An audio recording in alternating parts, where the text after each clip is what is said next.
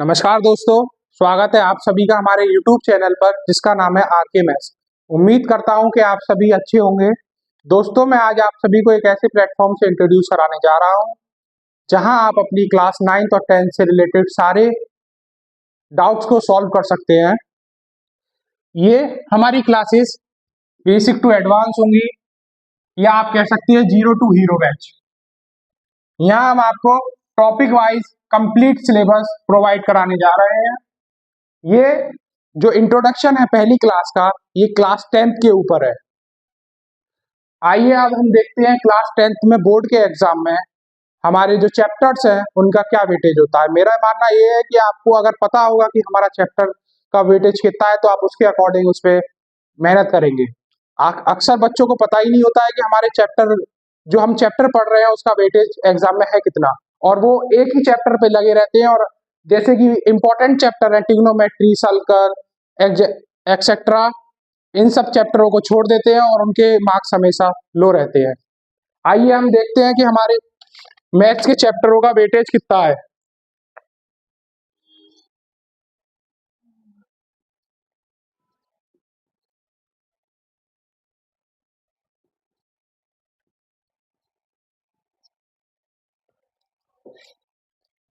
आइए हम देखते हैं अब हमारे 10th का जो सिलेबस है उसका वेटेज कितना है। हमारा जो बेसिकली 10th का सिलेबस है वो 7 यूनिट्स में डिवाइड है। अब मैं आपको यूनिट वाइज और चैप्टर वाइज उनका इंट्रोडक्शन कराने जा रहा हूँ। पहला जो चैप्टर है हमारा वो है रियल नंबर,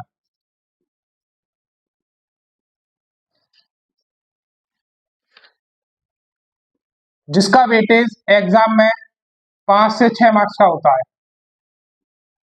इसमें question UP board, CBSE board से डायरेक्ट एनसीईआरटी एक्सरसाइज,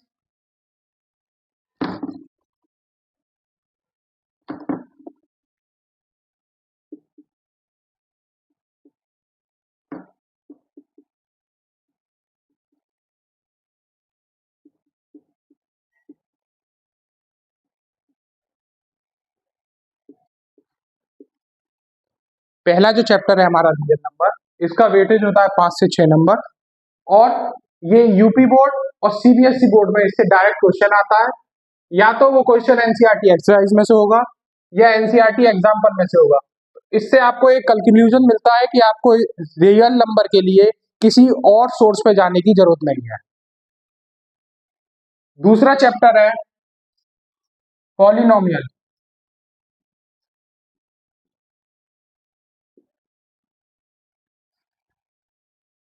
इसका वेटेज हमारे मार्क्स में, हमारे पेपर में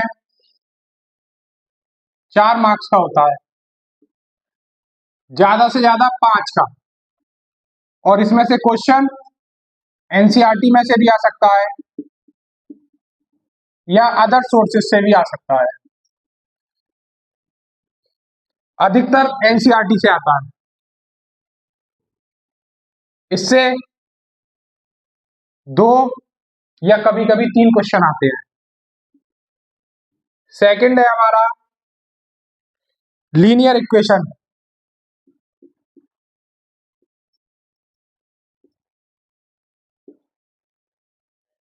इन 2 वेरिएबल।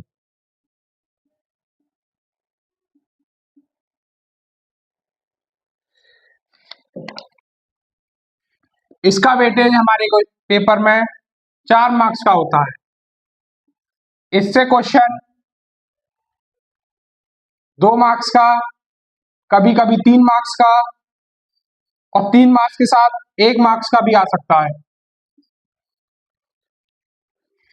सेकंड, थर्ड है हमारा क्वाड्रेटिक इक्वेशन।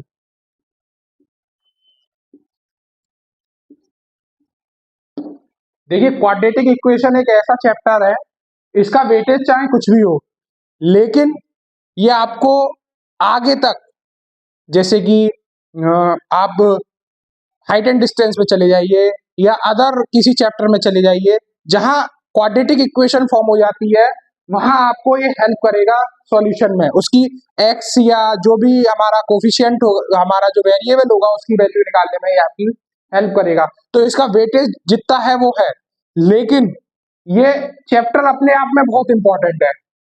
इसका वेटेज हमारे पेपर में होता है 4 से 5 मार्क्स का। इससे एक मल्टीपल चॉइस कंफर्म होता है और एक 2 या 3 नंबर में क्वेश्चन कंफर्म होता है। इस यूनिट का सेकंड, ये हमारी पहली यूनिट है और इस सेकंड यूनिट का जो लास्ट चैप्टर है वो है एपी, अर्थमेटिक प्रोग्रेशन। इसका वेटेज हमारे पेपर में 6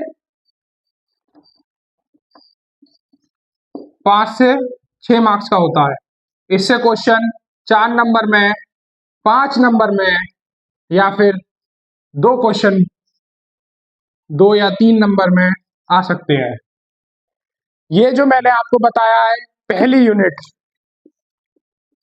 इसको हम नंबर सिस्टम कहते हैं और ये जो आपकी दूसरी यूनिट है इसे हम अलजेब्रा कहते हैं।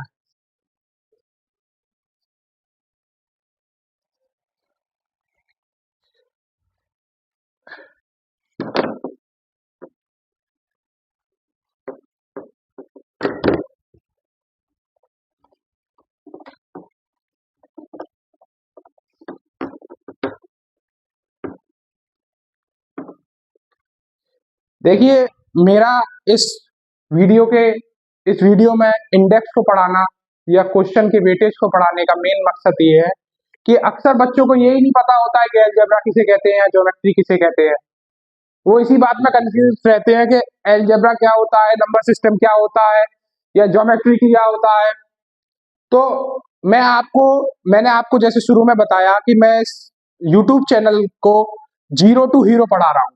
ये जो प्लेटफॉर्म है यहाँ सब चीज आपको बेसिक टू एडवांस होगी।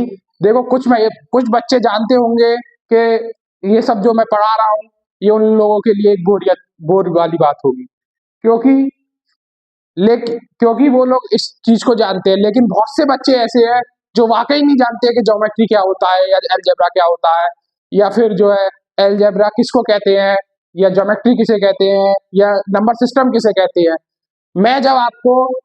जो मैं आपको पढ़ा रहा हूँ ये अभी आपको इंट्रोडक्शन में पढ़ा रहा हूँ, लेकिन जब मैं आपको चैप्टर शुरू कराऊंगा उससे पहले भी मैं आपको एक बार इसको रिवाइज कराऊंगा, फिर आगे बढ़ाऊंगा। आइए हम अपनी तीसरी यूनिट की तरफ चलते हैं जिसका नाम है कोऑर्डिनेट ज्योमेट्री।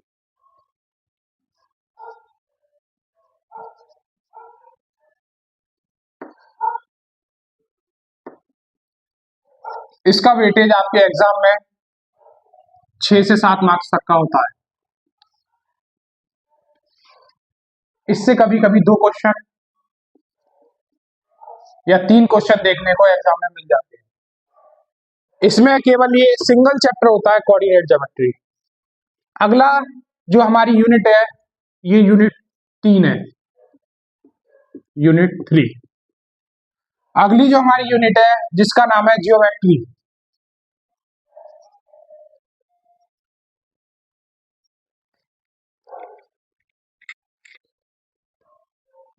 अगर आपकी ज्योमेट्री में कमांड है, अगर आपकी इस ज्योमेट्री पे कमांड हो जाए तो ये आपको अच्छे नंबर दिला सकती है, क्योंकि इसके अंदर 2 चैप्टर आते हैं जिनमें से एक चैप्टर है ट्रायंगल और एक है सर्कल।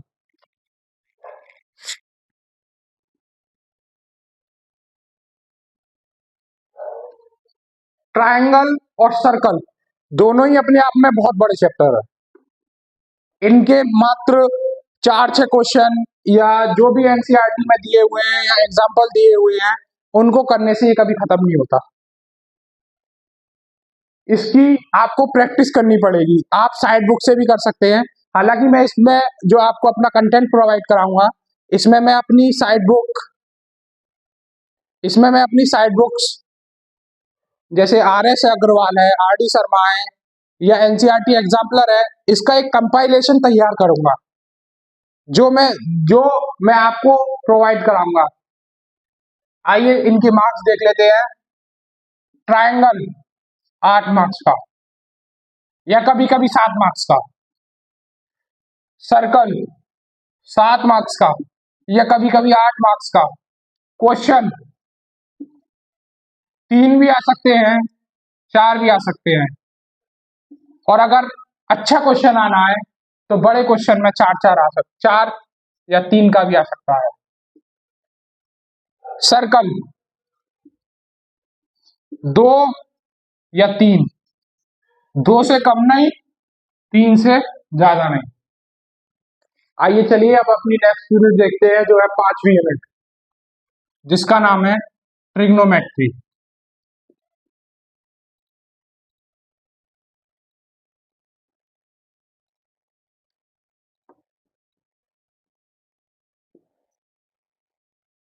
इसके अंदर 2 चैप्टर आते हैं। पहले मैं आपको इसके बारे में बता दूं, क्लास 10th में ये पहली बार इंट्रोड्यूस होती है ट्रिग्नोमेट्री, और अक्सर ऐसा होता है कि बच्चे 10th क्लास कर जाते हैं, उनको ट्रिग्नोमेट्री आती ही नहीं है।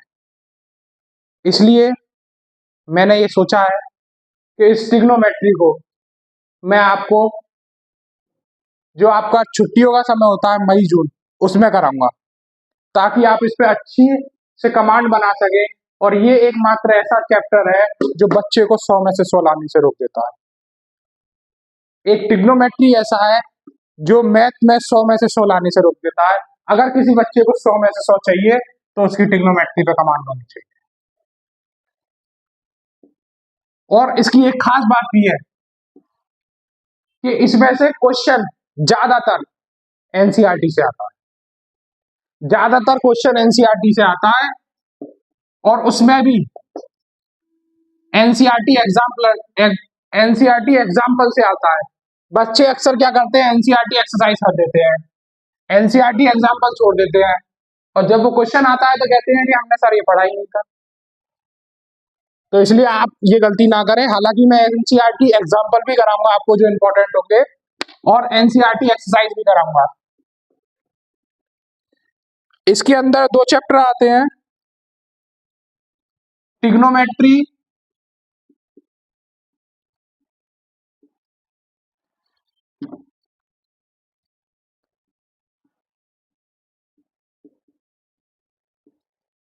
रेशियो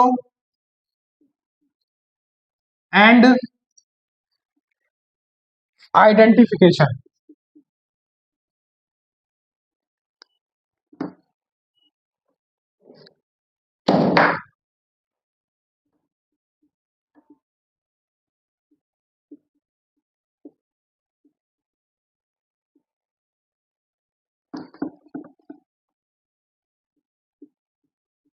और जो इसमें सेकंड चैप्टर है वो है हाइट एंड डिस्टेंस, या इसको एप्लीकेशन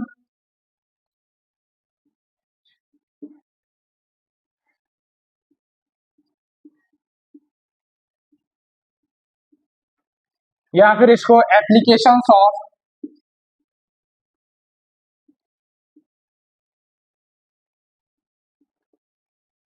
ट्रिग्नोमेट्री कहती है।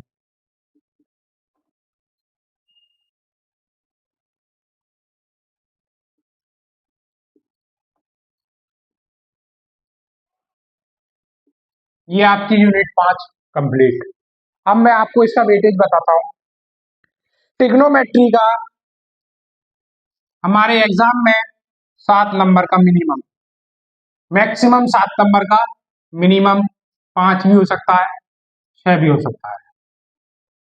हाइट एंड डिस्टेंस का एक क्वेश्चन आएगा जो या तो 3 नंबर में आएगा या 5 नंबर में आएगा। हाइट एंड डिस्टेंस का एक क्वेश्चन आएगा, ये भी एनसीईआरटी से ही आएगा या फिर एनसीईआरटी एग्जाम्पल से आएगा।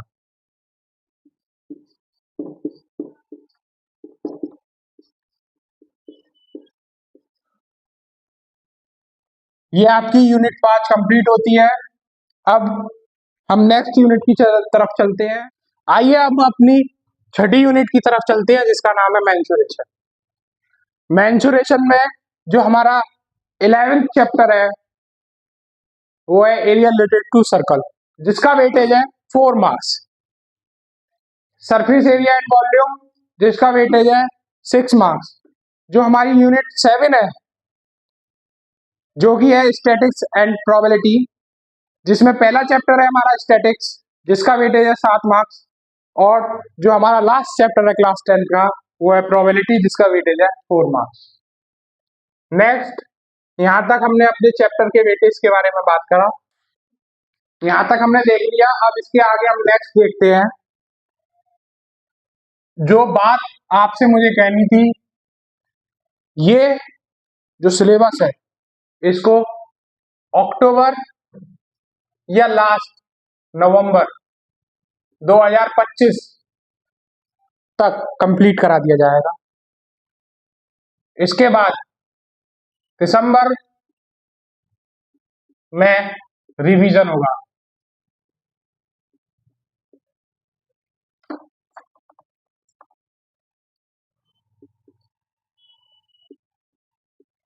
रिवीजन भी आपका मैं ही कराऊंगा। आपको रिवीजन के समय पे मैं एनसीईआरटी के क्वेश्चन, एक का एक क्वेश्चन और 1 शॉट रिवीजन वीडियो हर एक चैप्टर की प्रोवाइड करूंगा। उसके बाद जनवरी मिनिमम 20 मॉक टेस्ट और 20 मॉडल पेपर।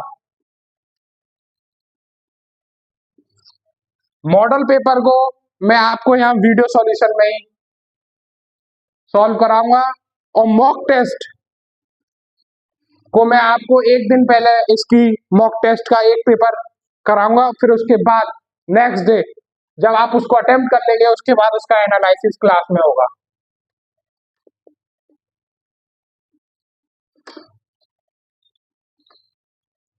देखिए, एक प्रॉमिस मैं आपसे करता हूं कि ये जो मेरा चैनल है आरके मैथ्स,